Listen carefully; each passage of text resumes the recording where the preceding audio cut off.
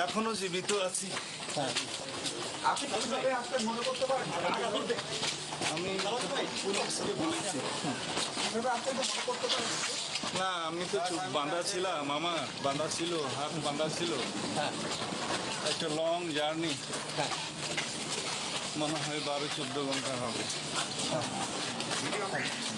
2 ঘন্টা হয়তো স্টপেজ ছিল মনে হয়। তো এখানে এসেছিলাম গল্ফ কোর্সের পাশে, হ্যালো আমাকে ফেলে রেখে তারপর তুলে রেখেছে। তো কিছু লোককে বললাম আমাকে একটু পুলিশ স্টেশনের দিকে নিয়ে যাও, অথবা পুলিশকে খবর দাও, আমার এই অবস্থা। আপনি তো স্বেচ্ছায় থানাতে এসেছেন। হ্যাঁ, তখন তারা পুলিশকে কল করলো, আমি গেলাম। তো তাদেরকে আমার হিস্ট্রি বলার পর তারা হয়তো মনে করেছে আমি মেন্টাল। দেশে তো এখন রেড অ্যালার্ট জারি করেছে ইন্টারপোল, এটা গভর্নমেন্টের উচিত হয়নি।